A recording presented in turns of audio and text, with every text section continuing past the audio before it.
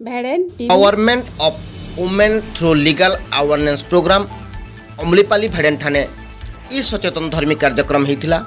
ई कार्यक्रम थी मंचासीन अतिथि मानकर भितरे ध्रुवी सोलांकी, सुरेश प्रधान, मंजुला साहू, युधिष्ठिर महार, जगतभूषण शतपथी, सुशील कुमार बेहरा, जाज्ञसिनी महानंद, अश्विनी कुमार दास, रक्षाकारी ठेला, कार्तिक रणा, नंदिनी शतपथी, विजयलक्ष्मी मुंड जोग देकरी सबू अत्याचार नारी माने आईन केन्ता आश्रय नहीं पारबे, निजे सचेतन ही प्रतिरोध करबे तार उपरे विशेष आलोचना होता।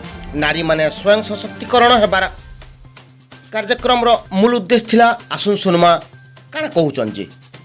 प्रथम मन रखु पर आपण स्त्री लोक हो पारती, पुरुष हो पारती, छोट पिला हो पारती, बड़ हो पारती, सेटा अलग जिनिस, किंतु प्रथम आपण होचंती मनीष।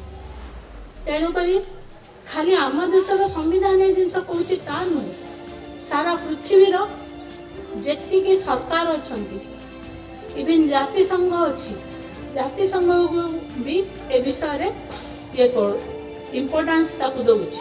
आम महिला माने जेतेबेले तांकर एजुकेशन पाई परिबे, महिला माने एजुकेटेड हेबे, काहे ना our country is a democratic country. आमर अवेयरनेस कैंपर मुख्य उद्देश्य थिला जत्र पूज्यन्ते नारीणाम तत्र पूज्यन्ते देवता।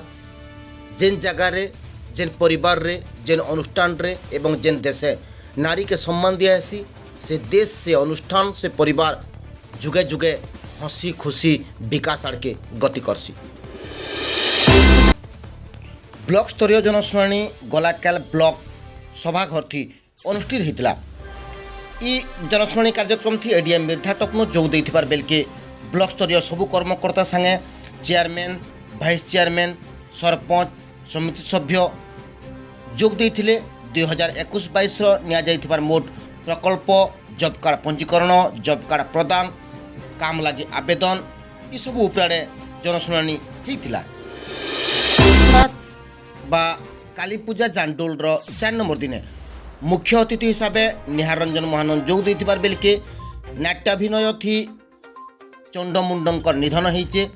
आज होचे 5 नंबर दिन बा यात्रार शेष रात। दीर्घ 2 वर्ष धरिक यात्रा बंद थिबार बेलके ए काली पूजा झकाझक जमुचे, लोक मानकर भीड़ धरुचे। आज होचे काली पूजार 46तम श्यामा काली पूजांकर शेष यात्रा दिन।